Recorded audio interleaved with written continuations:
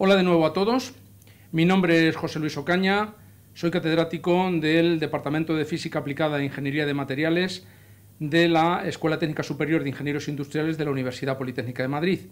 Y vamos a ver el segundo de los temas preparados sobre la introducción a la metrología de tensiones residuales. Habíamos visto en el tema 1, que era introducción, pues el concepto de tensiones residuales, y habíamos hecho una revisión o descripción de los métodos más generales que se utilizan para estas medidas, y vamos a ver precisamente en esta segunda parte algunos de los métodos más utilizados para la determinación de tensiones residuales. Habíamos visto que de alguna manera las tensiones residuales eran un elemento fundamental en problemas de ingeniería, sobre todo de ingeniería mecánica, y habíamos visto que la escala de las tensiones residuales pues era una escala normalmente macroscópica en lo que llamábamos diseño mecánico y simulación por computador de digamos, de las condiciones de trabajo de estos componentes, y habíamos de alguna manera visto de forma muy general algunos de los métodos utilizados para esas tensiones residuales, y ahora precisamente vamos a profundizar un poco en dos de esos métodos que son realmente los utilizados a nivel industrial. Bien, el esquema para la presentación es, de nuevo voy a hacer una recapitulación muy rápida sobre el tema de las tensiones residuales en ingeniería. Vamos a revisar de nuevo las dos últimas transparencias que aparecían en la parte 1 sobre los distintos métodos de determinación de tensiones residuales, y vamos a pasar ya directamente a describir los procedimientos utilizados en los dos métodos que normalmente estoy hablando de gran aplicación en la industria, que son el método del taladro incremental, siguiendo la norma STM 837, y el método de difracción de rayos X, sobre todo queriendo ejemplificar a su través todos los métodos que se utilizan de difracción, porque como habíamos visto, y ahora volveremos a ver en las tablas y en las gráficas, resulta que el procedimiento de difracción puede ser realizado mediante radiación electromagnética, luz, o radiación, digamos, ultravioleta, pero también puede ser realizado mediante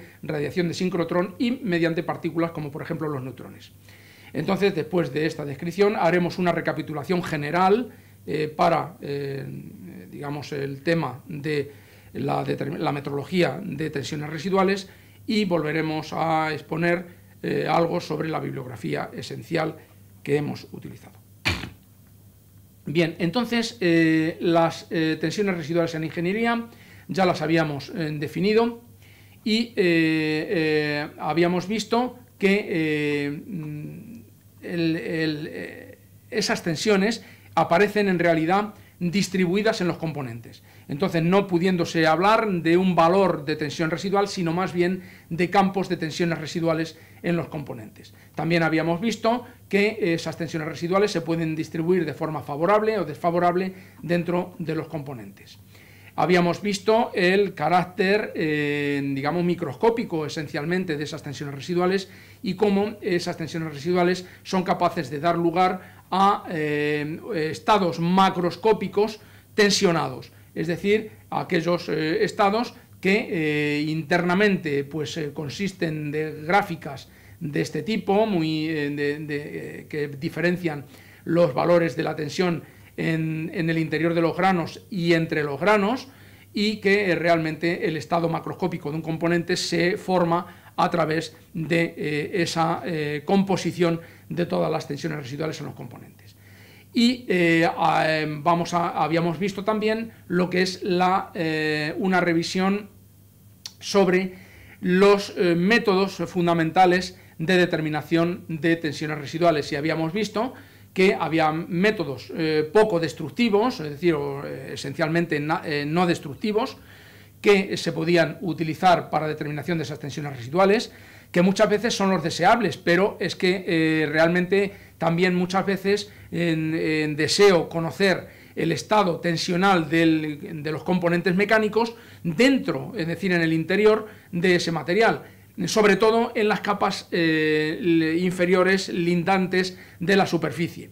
Entonces, realmente hay métodos como, por ejemplo, difracción de rayos X, que son realmente muy útiles para la superficie, para la evaluación del estado tensional de la superficie, pero no son capaces de penetrar dentro del material. En realidad limitan su campo de acción a la centésima de milímetro, es decir, a las pocas micras. Entonces, realmente no son métodos que sirvan después para poder evaluar cuál es el estado tensional del material en su interior, que muchas veces es lo interesante. Realmente lo interesante desde el punto de vista de las tensiones residuales es poder evaluar el estado tensional del componente por lo menos hasta la profundidad de 1 milímetro, porque es en esa zona donde realmente van a tener lugar muchos de los fenómenos que habíamos contado al principio, que eran determinantes a la hora de producir digamos, el inicio y propagación de grieta en el material.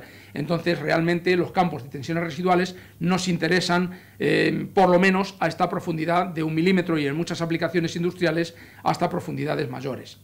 Bien, entonces habíamos visto que para lograr eso necesitaba métodos de determinación de tensiones residuales con mayor poder de penetración, y los hay, que son los métodos de difracción de radiación sincrotrón, difracción de neutrones, y después de los métodos que habíamos hablado como semidestructivos, habíamos visto que normalmente esos métodos se centran precisamente en esa zona entre la décima de milímetro y varios milímetros, y precisamente uno de los métodos principales que vamos a evaluar es el del taladro incremental.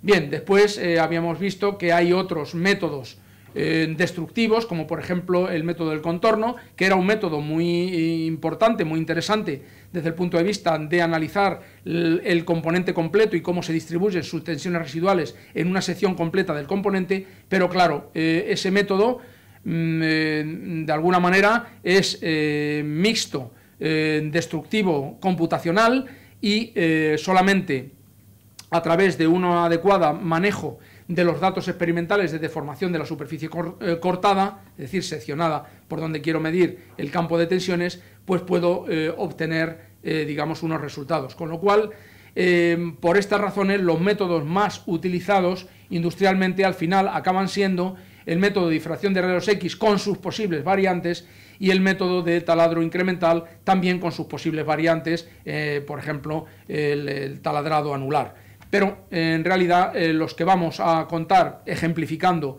estos dos procedimientos son el de el de taladro incremental y difracción de rayos X. Además, evaluando la resolución espacial de estos métodos, pues vemos que hay métodos que tienen una resolución espacial demasiado gruesa, por así decirlo.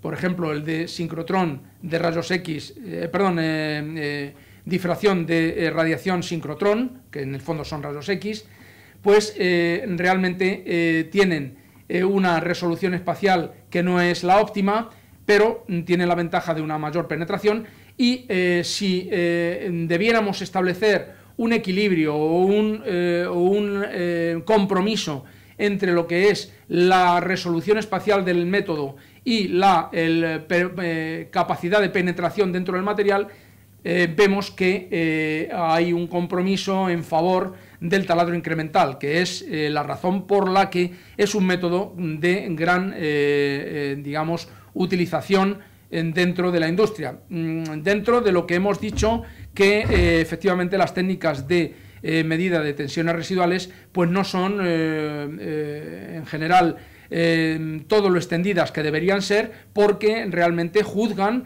estados tensionales de los componentes que es muy importante tener en cuenta y que deben participar inexcusablemente de todo diseño de ingeniería. Además, comparativamente, desde el punto de vista de coste, el método del taladro incremental se puede considerar como uno de los de más bajo coste. Bien, entonces, una vez visto esto, vamos precisamente a hablar, a dar algunos detalles. No podemos explicar todo hasta, digamos, los mínimos detalles, pero sí una buena guía para que cualquiera de los que estudian este material pues realmente sepa cuáles son los condicionantes que existen para hacer las medidas y puedan tener una idea de lo que es, por una parte, la resolución en la medida y, digamos, la incertidumbre relativa en esas medidas, de manera que cuando se enfrente a un problema de determinación de tensiones residuales, pues sepa cómo proceder. Y ese es el objetivo que nos hemos marcado, ya digo, sin poder llegar a detalles extremos. Sí creo que vamos a proporcionar una información suficiente para, digamos, la aplicación de esta técnica. Bien, entonces, definición y principios básicos de la técnica del taladro incremental. La técnica del taladro incremental se basa en, digamos, la observación del cambio del material que está sometido a examen, cuando, por efecto de un procedimiento normalizado, pues eliminamos una parte de dicho material, que se supone que está afecto a la presencia de campos de tensiones residuales. Como hemos visto antes, como hemos visto en la presentación inicial, cada vez que elimino una parte de material y se supone que ese material está sometido a tensiones residuales, el material reacciona. ¿Por qué? Porque le falta la parte del material que estaba unida a él, la que hemos eliminado, mediante un campo de tensiones residuales. Como consecuencia, ese material se deforma. Se deforma porque está sometido a un campo de tensiones residuales nuevo con relación a lo que tenía antes de la eliminación de la fracción de material.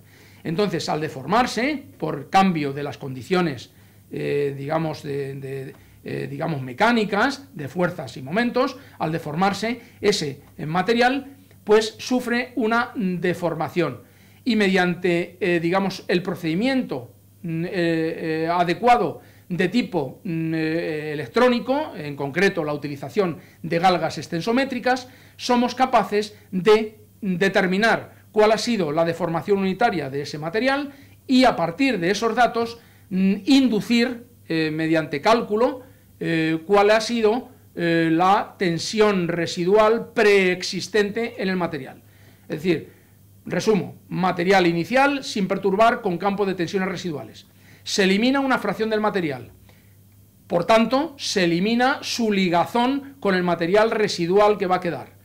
Ese material residual sufre una deformación adicional precisamente por la falta de esas tensiones residuales que tenía el material que he eliminado. Esa deformación adicional es registrada mediante unas galgas extensométricas. El análisis de las deformaciones sufridas por esas galgas extensométricas me permite reconstruir el campo de tensiones residuales inicial. Ese es el procedimiento. Entonces vamos a ver un poco en detalle cuáles son los fundamentos de todo esto. Bien, el fundamento fundamental para el procedimiento son unas, digamos, correlaciones que se obtuvieron por parte de Kirsch en el siglo XIX, pero que son muy útiles. Es decir, son las correlaciones que establecen, digamos, cómo varía la tensión en una determinada región de una placa cuando aplico una tensión, digamos, longitudinal. Esa tensión longitudinal, por supuesto, la puedo aplicar según varias direcciones, pero de momento según una tensión longitudinal.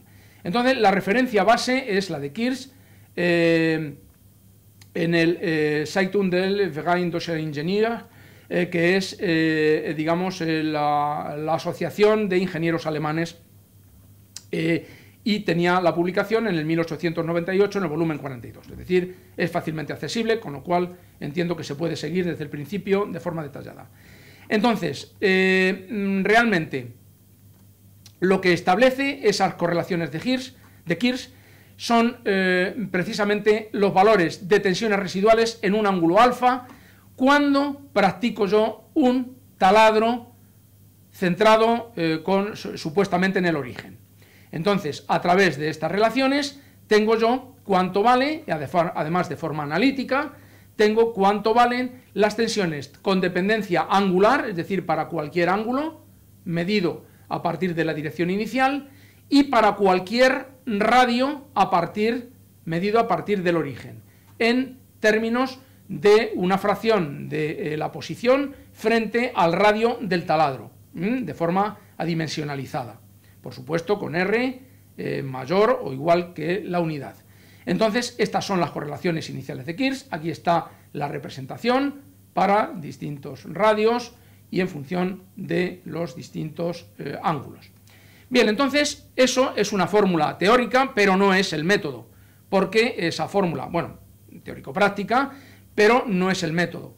Entonces, lo importante es que por el camino han sido definidos todas estas constantes, que dependen de las propiedades mecánicas del material, en concreto el módulo de Young y el coeficiente de Poisson.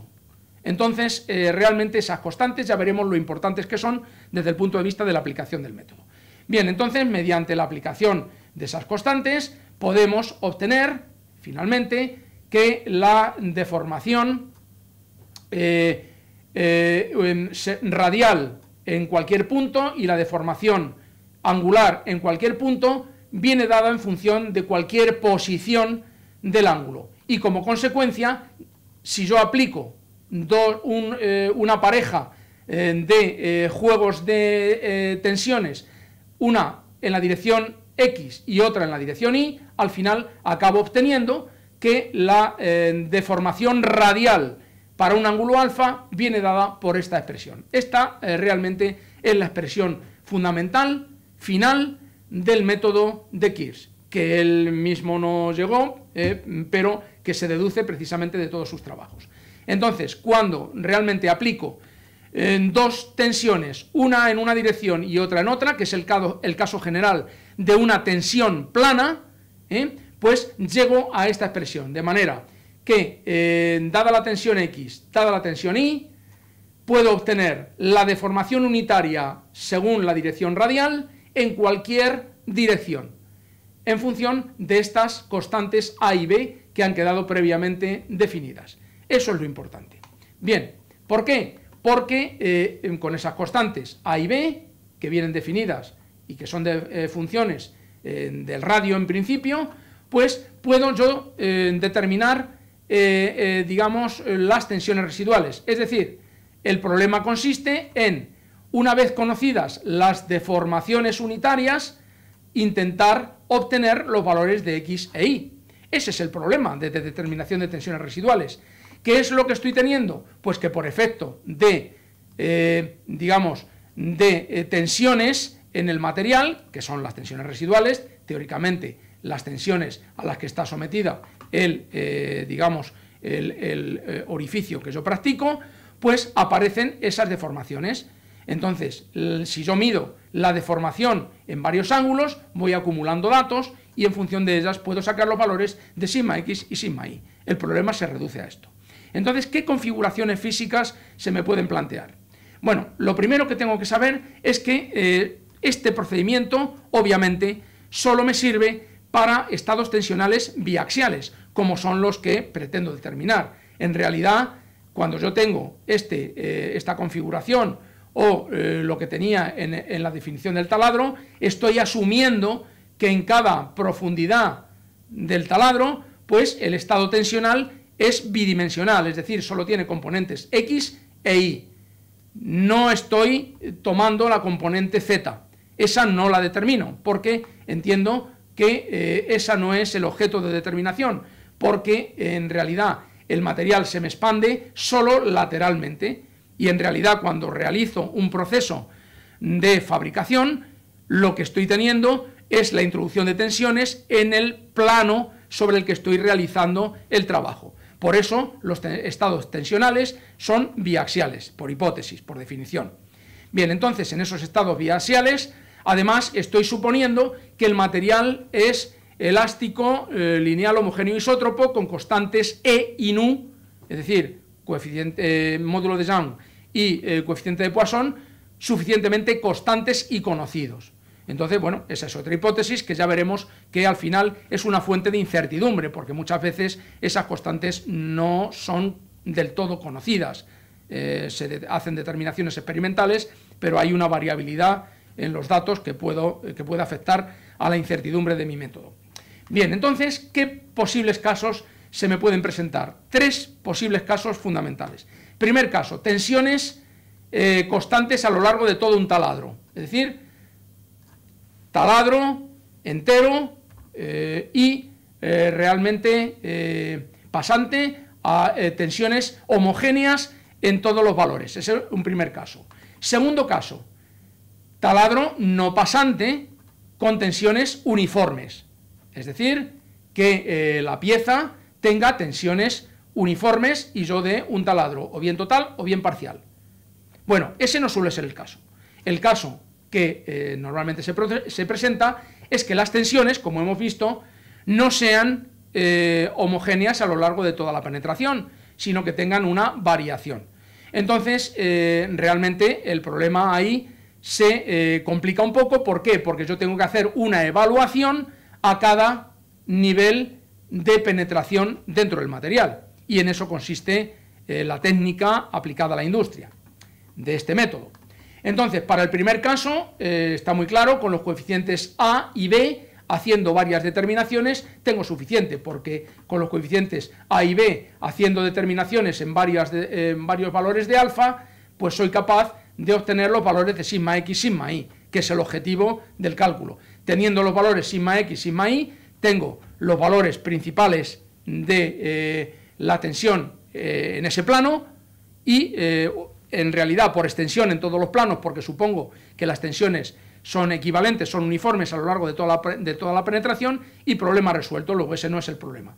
Segundo problema, que tenga taladros con una geometría que no sea pasante. Entonces ya se ve que en la geometría no pasante el problema es un poquito más complicado. ¿Por qué? Porque a medida que voy penetrando, las condiciones van cambiando.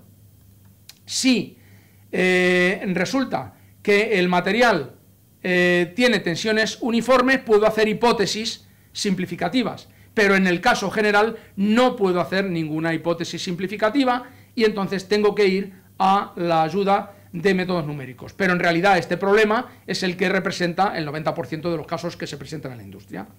Bien, entonces, ¿cómo procedo? Esto quiero advertir que, bueno, pues son deducciones que salen directamente de las expresiones que he visto, pero que además pueden ser seguidas muy en detalle en la bibliografía, con lo cual solamente las voy a enunciar, no voy a explicar paso a paso cada una, porque en el fondo son bastante evidentes, ¿no?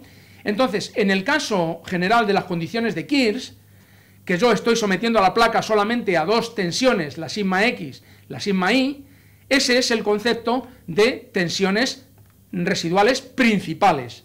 Es decir, en el elipsoide de tensiones, o en el círculo de Moore, si estoy en geometría plana, solamente tendría tensiones principales.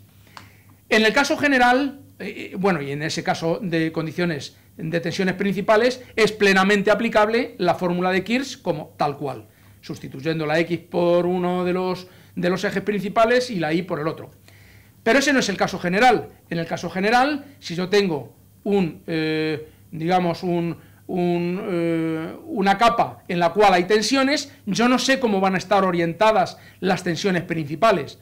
Luego, en principio, tengo que utilizar el concepto de círculo de Moore o, digamos, el concepto de tensión cortante. Entonces, en las direcciones que yo mido, no necesariamente son direcciones principales de tensión y, por tanto, tengo que admitir la existencia de una tensión cortante. La construcción del círculo de Moore es muy clara, mediante 2 valores de sigma X, sigma Y, según 2 direcciones dadas, pues trazo digamos, un círculo con la semisuma, con el radio de la semisuma de las 2, y el ángulo me da el ángulo de la tensión, de la orientación de la tensión principal. Y al mismo tiempo saco el valor de la tensión cortante en esa dirección que he elegido. Bueno, esto es la construcción de círculo de Moore, que doy por sabida, y que, bueno, simplemente me ayuda a saber que normalmente tengo que considerar las tensiones en esa dirección, la X, la Y, y la cortante en esa dirección, XY, según la XY, salvo que coja yo las tensiones en, digamos, las direcciones principales. Bien, entonces las fórmulas aplicables son estas, es decir, una vez que yo estoy en una dirección alfa y puedo medir las tensiones X e Y en cualquier dirección, las expresiones son estas, que con los coeficientes A y B que yo había puesto los puedo poner de esta manera, pero que puedo yo reducirlos a unos coeficientes A y B que siempre son iguales. Siempre son iguales, si lo veo aquí, siempre son de la misma forma. Bueno, también lo veis aquí. Los A y B, salvo el 1 más nu partido por 2 épsilon, que lo pongo explícitamente, los demás son solo dependencias radiales. Bien, entonces esas dependencias radiales las pongo de esta manera. Entonces, aquí esto lo tengo en forma que tengo tres parámetros, A, B y dos constantes A y B, y tres parámetros P, Q y T, que se obtienen en función de las tensiones obtenidas de esta manera. Luego, una vez que yo pudiera conocer las tensiones X e Y según las direcciones que yo me hubiera fijado, podría obtener cuánto vale las deformaciones en cualquier dirección. ¿Cuántas direcciones elijo? Pues con 3 me sirve. ¿Por qué? Porque una vez que tengo las deformaciones en 3 direcciones, yo las puedo componer de la siguiente forma, de manera que el parámetro P pequeño vale por definición, es decir, poniendo una según X, poniendo otra según Y y poniendo otra según a 45 grados, una dirección de 45 grados, puedo yo recomponer el problema. Luego todo el problema consiste en que una vez tengo P pequeña, puedo obtener los P, Q y T grandes y en función de ellos puedo obtener la sigma X, la sigma Y y la tau sub XY. Es decir, he invertido el problema. Este caso solo se puede aplicar cuando todas las tensiones son equivalentes y se supone que no hay incidencia de un taladro sobre los previamente hechos, o al revés, de un taladro sobre los restantes que están por hacer. Luego, para el caso de tensiones constantes en profundidad, el problema es bastante sencillo, porque consiste en invertir la fórmula de Kirch en el sentido de que la pongo de esta manera, los coeficientes A vienen dados de forma analítica y están tabulados, no hay problema, los coeficientes A y B, que son este A y este B, están tabulados y siempre valen lo mismo, y determinando las deformaciones según 3 direcciones, soy yo capaz de reconstruir el mapa de tensiones residuales, la sigma X, la sigma Y y la tau sub XY. Claro, esto es una buena parte de la información, pero en realidad a mí lo que me interesa es saber cuáles las tensiones máximas y mínimas, porque yo en principio he podido medir según una X, según una Y, que no tengo criterio para establecer. Me puede decir, bueno, voy a tener una pieza y la voy a medir según esta dirección. Voy a pegar la galga según esta dirección. Bueno, no tengo criterio en principio. Sin embargo, el método es tan conveniente que es capaz de darme además el ángulo según el cual están las direcciones principales tensionales. Y además me permite obtener cuáles son los valores de las tensiones principales, la máxima y la mínima. Entonces, el método, en este caso de tensiones constantes en profundidad, es bastante conveniente porque es, de alguna forma, analítico 100%. Es decir, no tengo ningún problema y me da como consecuencia el obtener tanto las tensiones principales, la máxima y la mínima, como el ángulo en el cual se encuentran. Y todo esto se puede obtener y registrar. Con lo cual, para el caso de tensiones constantes en profundidad, el problema del el método del agujero incremental es suficientemente satisfactorio y completo, por así decirlo, ¿no? O sea, es el método más conveniente al precio de que sabemos que es semidestructivo, es decir, se practica un pequeño taladro en el material. Bien, pero ¿qué pasa en el caso de tensiones variables en profundidad? Aquí hay una pequeña complicación. Hay una pequeña complicación que es que cada taladro incremental que yo doy según un determinado espesor afecta a el resto de taladros que le voy a dar. ¿Por qué? Porque ha habido una relajación parcial de tensiones, por ejemplo, en el segundo taladro, en la segunda profundidad, cuando la practico. Luego el problema ya no es equivalente al primer caso en el que solo tenía el material y doy un paso de penetración. Al dar el segundo paso de penetración hay que tener en cuenta que una parte de las tensiones ha sido ya aliviada por el primer paso. Y si voy más abajo, pues más aún. Es decir, al dar el tercer paso de medida, pues realmente eso está afectado por los dos pasos previos que he dado, y así sucesivamente. Luego, si quiero profundizar para determinar en un espesor dado las tensiones del material, el perfil ese de tensiones residuales en profundidad que voy buscando, tengo que tener en cuenta la manera de interaccionar entre unos taladros con todos los siguientes. Y por tanto, tengo que definir lo que se llama una matriz de interacción que me va poniendo, digamos, las relaciones entre unos P's que yo obtengo aparentemente según mi procedimiento inicial y los P's que habría obtenido si no hubieran estado hechos los taladros iniciales. La ventaja de todo esto es que todo esto ha sido suficientemente estudiado y está tabulado, y de hecho hay una norma, que es la norma STM 837, en su versión 13 es la última que ha aparecido, que es de 2013, en la cual todos esos parámetros están definidos y están calculados. Y entonces, ventaja, que yo puedo aplicar directamente toda la correlación para obtener lo mismo que obtenía antes. Entonces, el resultado es, como antes, que yo obtengo los valores P reales, Q reales y T reales a pesar de las interacciones. Y una vez que tengo los valores de P, Q y T en cada profundidad, obtengo el mapa de tensiones residuales en cada profundidad. Esto se pone en la práctica de esta forma. Este es el dispositivo que es el necesario para hacer el taladro.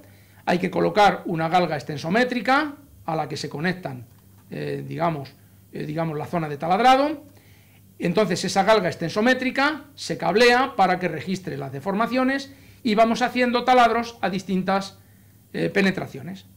Entonces, una vez que se obtienen esos taladros, al final registramos las profundidades. Normalmente se suelen hacer, digamos, unos 7 taladros si la penetración es de 1 milímetro.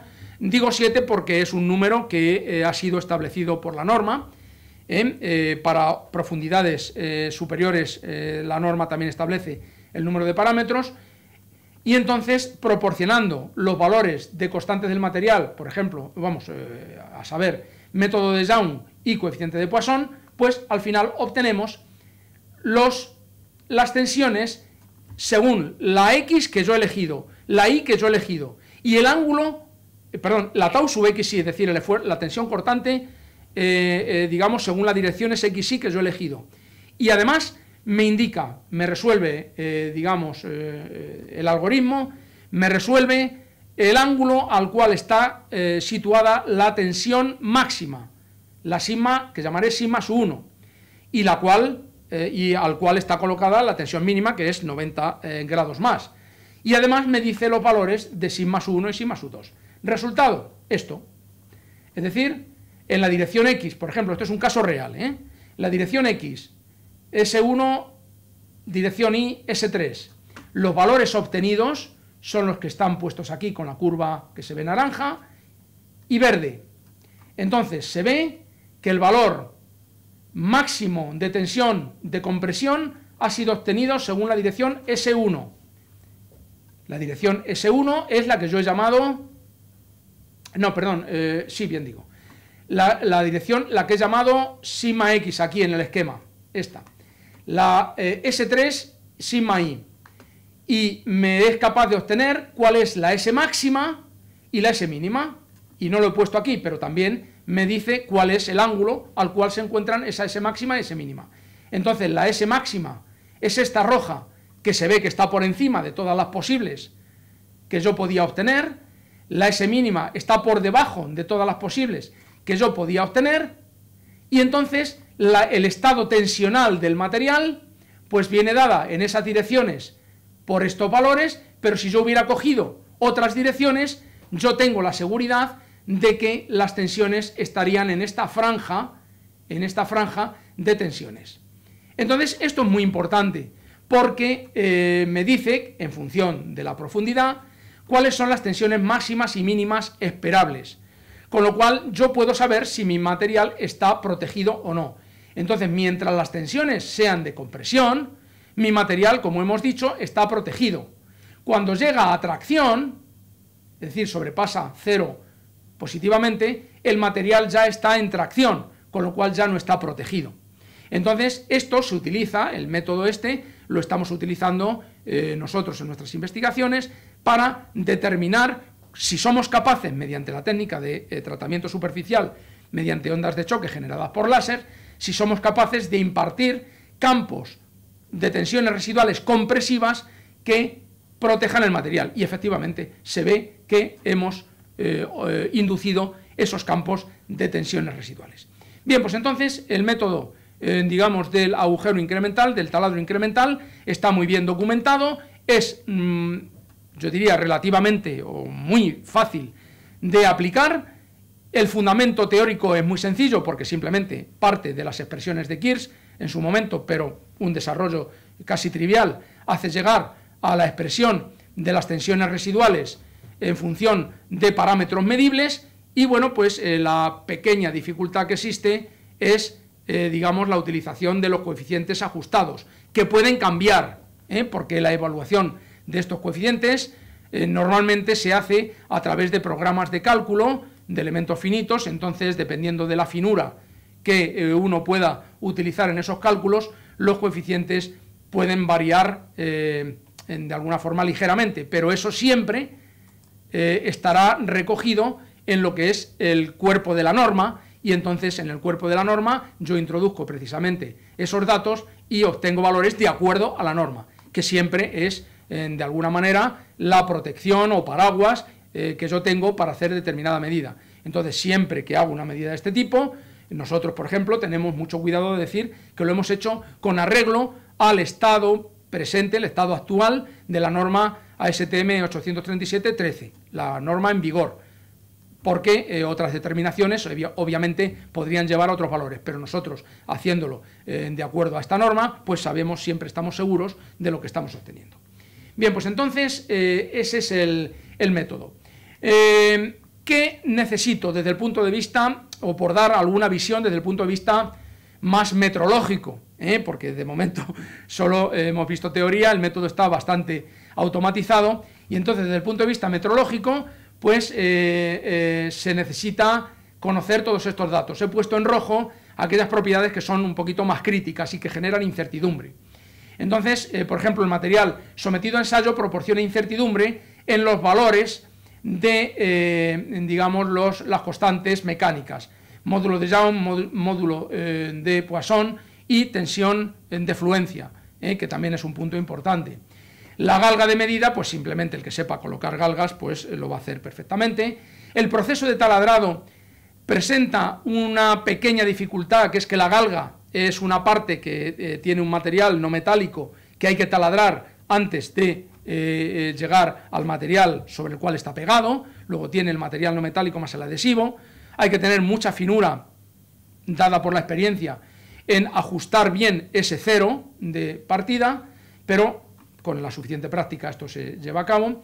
El perfil del taladro hay que hacerlo suficientemente circular, es decir, el concepto de redondez entra aquí bastante, y hay que determinarlo, es decir, metrológicamente hay que determinar cuáles son los parámetros de ese orificio que yo voy haciendo.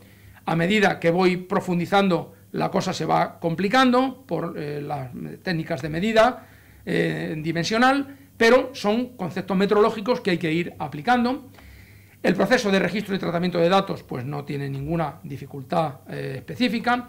Y después, claro, un poco el quid de dar medidas suficientemente buenas está en la estimación correcta de las matrices de coeficientes, que son las que da la norma, para lo que se llama el método integral, que es el interdependiente.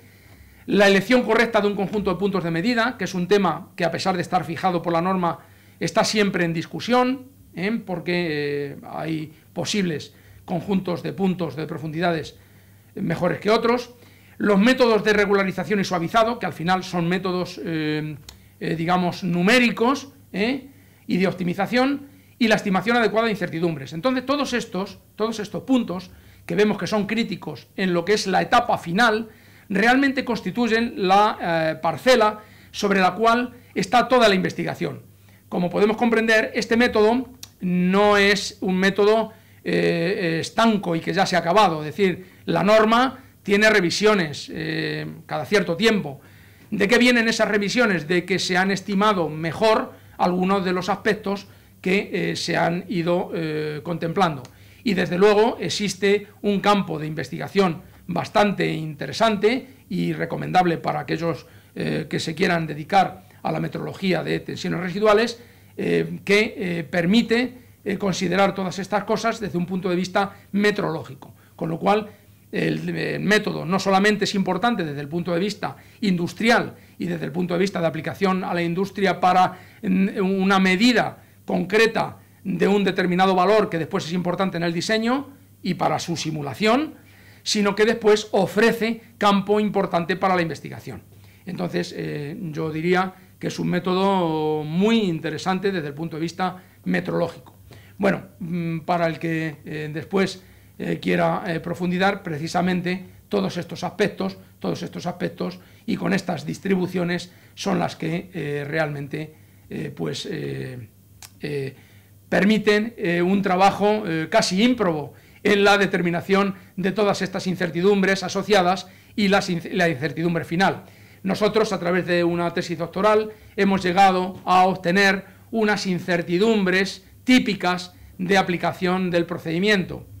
Digo típicas porque se refieren normalmente a materiales metálicos blandos, típicamente aluminio, y pero realmente hemos sido capaces de obtener, también han sido aplicables y salen bastante coherentes con aceros, pero normalmente hemos tenido incertidumbres relativas de alrededor del 18% en los primeros pasos, que son los más sensibles y difíciles, pero después el 10% en los pasos posteriores, con lo cual esto sería digamos, un trazado de la incertidumbre típica, esperada en este tipo de medidas, tanto en una dirección, en el valor mínimo, como en el valor máximo. Entonces, pues bueno, esto de alguna manera pone de manifiesto con qué nos estamos peleando, es decir, que incertidumbre es asociable al método y por tanto esto nos hace obtener este método con un criterio de selección para aplicar a determinados procesos. Es decir, yo sé que más o menos un mínimo, un 10% de incertidumbre voy a tener si aplico este método a cualquier componente. Yo tengo que valorar si esto es suficiente. A lo mejor otras veces me es, digamos, más necesario el simular el componente, si soy capaz de lograr mayor precisión, porque esto me parece demasiado grande. Pero para ser un método de sencilla aplicación, yo diría que este método es bastante, el compromiso de utilización es bastante bueno y, de hecho, en la práctica es un método que está siendo bastante utilizado. Bien, entonces, el siguiente método es, digamos, el método de difracción de rayos X, y ese método se basa, como habíamos dicho, en la reducción de los espaciados interatómicos, cuando tengo una situación tensional. Entonces, cuando tengo una situación tensional en estado de reposo, sin tensiones residuales, pues el espaciado interatómico es 1 dado, pero si tengo tensiones residuales, las redes cristalinas y los parámetros se han alterado. Por ejemplo, si tengo este tipo de tensión, la red cristalina se ha alterado y, por tanto, el pico de difracción de Bragg pues realmente se ha desplazado. Ese es todo el fundamento que necesito. Entonces, tengo que conocer muy bien los picos a los cuales quiero evaluar, porque cada uno de esos picos me da una determinada dirección de evaluación, y a través de la evaluación detallada de estos picos, pues, y de sus desplazamientos, pues soy capaz de deducir el estado tensional del material por dentro. Entonces, esto tiene alguna complicación experimental más que el procedimiento del hole drilling, del taladro incremental.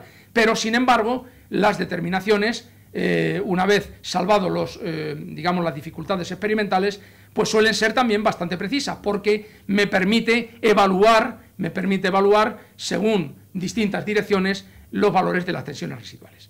Bien, en el fondo, todo lo que hay que utilizar no es nada más que las expresiones de composición de tensiones según distintas direcciones, saber la deformación unitaria según una determinada dirección en función del ángulo de esa dirección con la referencia, y conocer la suma de tensiones residuales máxima y mínima.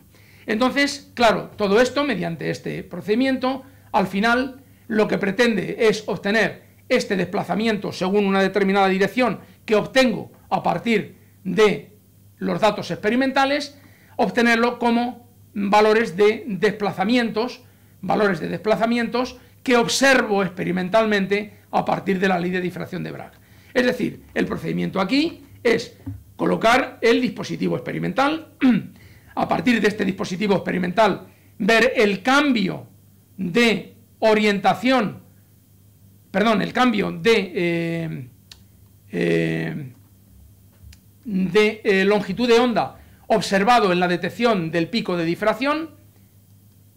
Ese cambio me permite establecer, a partir de la ley de Bragg, cuánto vale el espaciado nuevo, relacionar el espaciado nuevo con el antiguo, y en función del espaciado nuevo con el antiguo, dividiendo por el valor inicial del espaciado, relacionarlo con el desplazamiento unitario según una determinada dirección. Bueno, todo esto parece muy complicado, pero las expresiones son bastante sencillas. ¿Y el resultado qué es? El resultado es que yo puedo obtener de forma explícita el espaciado en una determinada dirección de esta manera, y de forma explícita la tensión de esta otra, es decir, representando varios valores de ángulo phi a través de la variación experimental, representando dichos valores de ángulo phi y observando que la tensión según una determinada dirección se corresponde ni más ni menos que con la pendiente de esta curva. Entonces, multiplicada por constantes, vaya, la sigma se corresponde con esta constante, el desplazamiento inicial, y la derivada del desplazamiento frente al seno cuadrado, que es esta pendiente. Ya se ve aquí que tiene una ordenada en el origen y una, digamos, un valor para los distintos ángulos. Entonces, en resumidas cuentas, lo que yo soy capaz de obtener es, para cualquier dirección, y elijo varias, exploro distintos valores del ángulo psi a través del dispositivo experimental, y al final acabo obteniendo esta pendiente de manera experimental, y ajustando esta pendiente saco finalmente el valor de la sigma según esa determinada dirección. Bien, entonces el procedimiento, ya digo que conceptualmente es sencillo, matemáticamente es sencillo, a pesar de que pueda aparentar lo contrario. Fijaos que aquí hay determinados valores que hay que evaluar, pero todos son dados. Y entonces realmente la única dificultad es que hay que muestrear varios valores de psi, del ángulo psi, para obtener esta curva. Pero una vez obtenido esto, obtengo explícitamente el valor de psi. Una descripción más detallada, lógicamente, del procedimiento está expuesta en esta referencia, pero entiendo que no hay gran dificultad adicional. Entonces, ¿dónde está la verdadera dificultad de este procedimiento? La verdadera dificultad de este procedimiento está en saber situar la muestra de acuerdo a las coordenadas que me son de interés. Las coordenadas que me son de interés son este ángulo psi y este ángulo phi. Son dos ángulos que se miden en sistemas perpendiculares, pero que se pueden manejar a través de un sistema goniométrico que se puede orientar según tres direcciones espaciales. Entonces, estas tres direcciones espaciales se pueden seleccionar y todos los detalles para la puesta en práctica de estas determinaciones con ajuste de los ángulos vienen dadas en esta referencia, que es una guía de aplicación, del método de difracción de rayos X y por extensión de otros métodos de difracción. Lo que pasa es que estos están aplicados para un tubo de rayos X concreto, compacto, que se puede manejar, y un sistema goniométrico que se puede manejar con bastante precisión. Bien, pues después la siguiente complicación sería seleccionar las líneas, porque claro, no todos los materiales presentan las mismas líneas de difracción. Entonces tengo, sobre todo, que se ajusten a mi dispositivo experimental o que me permiten una rotación mayor o menor de los ejes para poder trabajar siempre en una zona de trabajo. Entonces, dependiendo del material, también hay una tabulación de los distintos materiales en función de su sistema de cristalización. Se obtiene la línea de emisión de rayos X y se obtiene la longitud de onda característica, y lo que es más importante, está tabulado el ángulo, digamos, de la red original, sin perturbar, con lo cual, moviéndome alrededor de ese ángulo, puedo yo determinar las tensiones de tracción o de compresión, simplemente moviendo cómo es la desviación del ángulo y, por tanto, del espaciado interatómico alrededor de esos ángulos. Entonces, pues bueno, realmente el método también está bastante estandarizado. Ya digo, el principal inconveniente es que, como tal, difracción de rayos X solo se puede aplicar a superficies externas y que para aplicarlo a superficies por debajo de la superficie original hay que practicar lo que se llama la técnica de electroerosión, es decir, eliminar una capa y volver a medir con difracción, con el cañón de rayos X en la capa posterior. Sin embargo, hay que decir que esto no está tan normalizado como en el caso del taladro incremental, porque en el fondo es como si estuviéramos haciendo un taladro incremental para difracción de rayos X. Y las correlaciones entre las medidas a una determinada profundidad y en profundidades sucesivas no están establecidas tan bien como están en la norma ASTM 837, con lo cual hay ciertas reservas en que esta tecnología se pueda utilizar para profundidades, o este método se puede utilizar para profundidades digamos inferiores a la de la superficie. El método no está tan suficientemente estandarizado o normalizado, con lo cual en el fondo es una pequeña desventaja de utilización en la industria. El método del taladro incremental está suficientemente normalizado y se puede utilizar con fiabilidad. Este depende mucho de la instalación experimental que uno utilice, concreta, del nivel de pericia del operador y de, bueno, pues realmente la selección de los ángulos, la estimación de flujo de radiación, es decir, de intensidad de la radiación, en fin, depende de muchos otros parámetros que no impiden, pero dificultan bastante el hecho de que este método pueda ser llevado a cabo de una forma metrológicamente plausible, con lo cual tenemos una pequeña dificultad. Sin embargo, el hecho de que es bastante utilizado y que es un método que puede servir de contraste con el método de taladro incremental para determinar valores de tensiones residuales en la superficie, que es donde el método del taladro incremental proporciona mayores incertidumbres, pues hacen que este método también sea importante.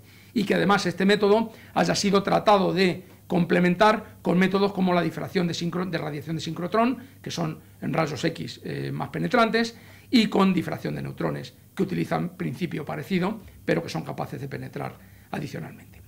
Bien, pues con esto, bueno, aquí se ven, igual que tratábamos de hacer en el caso anterior las dificultades asociadas a cada uno de los aspectos. Se ve que en el material las dificultades son semejantes, el método tiene muchas dificultades, el operador tiene muchas dificultades, el equipamiento tiene muchas dificultades. Entonces el software, pues bueno, es las mismas, pero realmente esto es lo que dificulta en la práctica el poder utilizar la técnica con generalidad. Aparte, ya digo que el problema fundamental es la determinación solo de tensiones residuales en la capa superficial del material. Bien, entonces vamos a realizar finalmente una recapitulación sobre todo lo que hemos visto a lo largo de estas dos lecciones. Lo primero, se ha mostrado la importancia práctica fundamental de las tensiones residuales en el mundo de la ingeniería. Es decir, eso es una primera cosa que se tenía el objetivo de transmitir, porque no se considera que no se es consciente en el mundo de la ingeniería, o plenamente consciente, de la importancia, de la gran importancia de las tensiones residuales. Y se espera haber contribuido precisamente a la mentalización en ese sentido.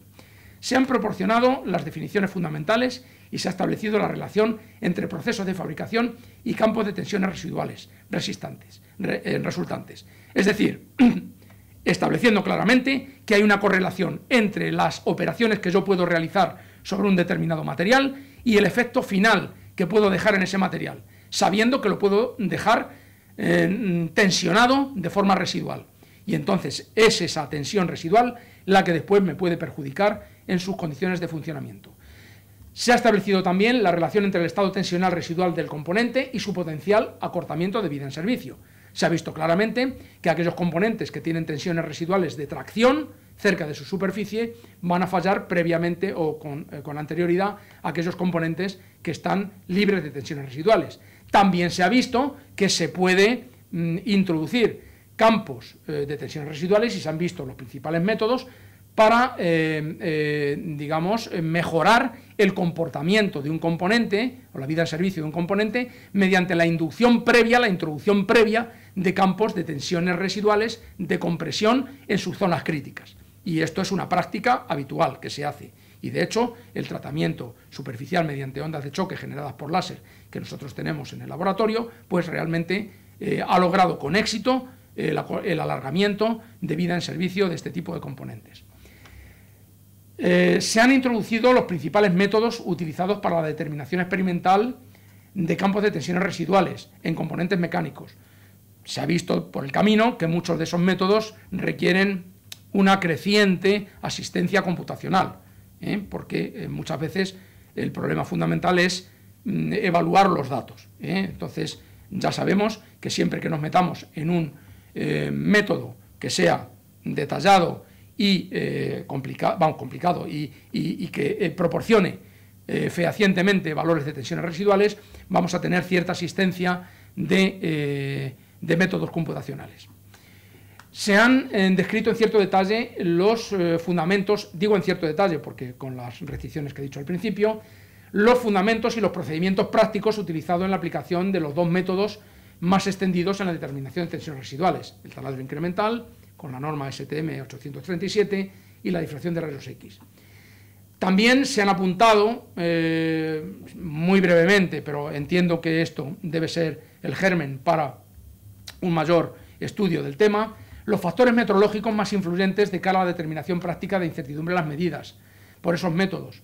Entonces, hemos dicho específicamente que precisamente la evaluación de estas incertidumbres y la evaluación precisa de las mismas y el tratamiento del problema como realmente metrológico es realmente hoy día un campo de investigación y desarrollo en ingeniería que realmente es fructífero y muy atrayente para todo aquel que quiera ser estudioso del mismo, porque hay bastante trabajo por hacer.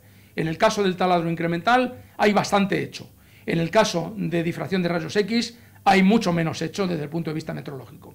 Entonces, son campos que yo recomendaría desde el punto de vista del estudioso que quiera seguir con estos temas, digamos, iniciando una investigación, un análisis más detallado y motivado de todos los temas. Y bueno, finalmente se concluye con una bibliografía esencial que, al igual que la parte 1, pues trata de dar las referencias que pueden y deben ser consultadas para un completo seguimiento del tema. Bien, pues con esto acabamos la parte en 2 y, por ende, el conjunto de 2 temas que habíamos seleccionado para introducción a la metrología de tensiones residuales. Espero que digamos, este conocimiento sea fructífero para todos los que lo escuchan y que realmente cambie, siquiera ligeramente, su visión de digamos, los requerimientos reales para un efectivo diseño mecánico, teniendo en cuenta precisamente este factor importante como son las tensiones residuales. Muchas gracias.